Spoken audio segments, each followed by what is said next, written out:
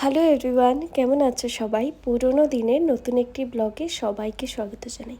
Actually আমার কিছু চাপের জন্য আমি রেগুলারলি এখন ব্লগ দিতে পারছি না।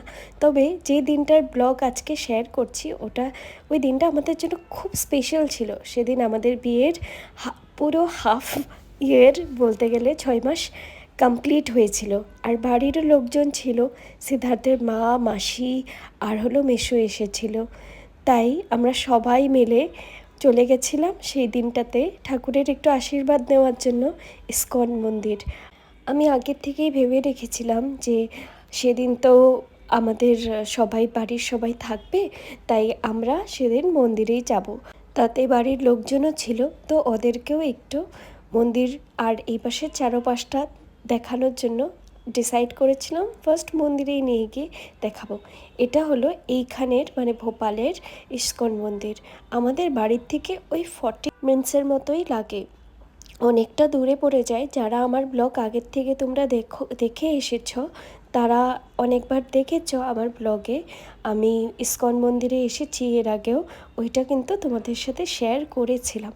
তবে আজকে তো স্পেশাল, তাই আজকে দেখো আবার এসে গেছি। আর কি সুন্দরভাবে সাজিয়েছে রাধা গোবিন্দকে। যখনই আসা হয় মন্দিরে আমার মনটা যেন ভরে যায়। শুনেছি গুয়াহাটিতেও একটা নতুন করে আবার একটা রাধা গোবিন্দর মন্দির স্থাপন হয়েছে কৃষ্ণকুটির নামের। কি সুন্দর!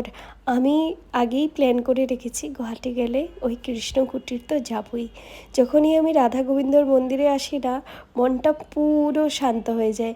কি সুন্দর এনভায়রনমেন্ট, কি ভালো লাগে, মনটা পুরো শান্ত হয়ে যায়। কিন্তু ওই যে বাড়ির থেকে অনেকটা দূরে, তাই আর কি একা আসার সাহস পাই না। আর এই পাশেই প্রভুপাদজির বিগ্রহ ছিল, আর উপরে সব কিছু ডিটেলসে অনেক অনেক ডিটেলসগুলো ছিল আমাদের ঠাকুরেরই লীলা খেলার। আর এই যে ছিল রাম, লক্ষ্মণ, সীতা আর হনুমানজির একটা ফটো, এত সুন্দর ছিল। আর লাস্টে আমরা পেয়ে গেছিলাম প্রসাদটা নিয়ে মনটা আরও যেন ভরে গেছিলো। সবসময় কিন্তু ইস্কনে আসলে প্রসাদ পাওয়া যায় না, সেটা তো আমরা জানি যারা আমরা ইস্কন গিয়ে থাকি। তারপরেই ঠাকুরের আশীর্বাদ নিয়ে আমরা ওখান থেকে বেরিয়ে আরেকটা জায়গার জন্য রওনা হয়েছিলাম। তবে বড়রা যারা আমার ব্লগটা দেখছো, আশীর্বাদ যাতে আমি আর সিদ্ধার্থ আগেও যাতে ভালোভাবে চলতে পারি। তারপরেই আমরা এসে গেছিলাম ভোপালের ফেমাস বা দস্তুর করে একটা রেস্টুরেন্টে। এটা অ্যাকচুয়ালি বিরিয়ানির জন্য ফেমাস একটা রেস্টুরেন্ট, খুব ভালো নাকি বিরিয়ানি পায়। আমিও প্রথমবারই এসেছিলাম, সিদ্ধার্থ এর আগে এসে গেছিলো, তাই ডিসাইড করলাম এখানেই আমরা আজকে সবাই মিলে ডিনার করব।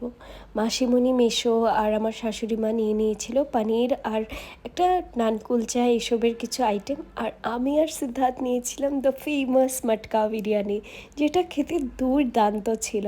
আর এত সুন্দরভাবে খুলে এরা সার্ভ করছিল না, কি বলবো। ক্যামেরাতেও এই জিনিসটা ভালো করে আসছিল না, যেটা আমি ইন রিয়েল দেখেছি। ভীষণ সুন্দর লাগছিল দেখতে, আর খেতেও দুর্দান্ত ছিল। এভাবেই আমাদের পুরো দিনটা আমাদের ঘরের বড়দের সাথে আমরা সেলিব্রেট করেছিলাম। আজকের ব্লগটা এখানেই শেষ করছি। ভালো থেকো সবাই, টাটা।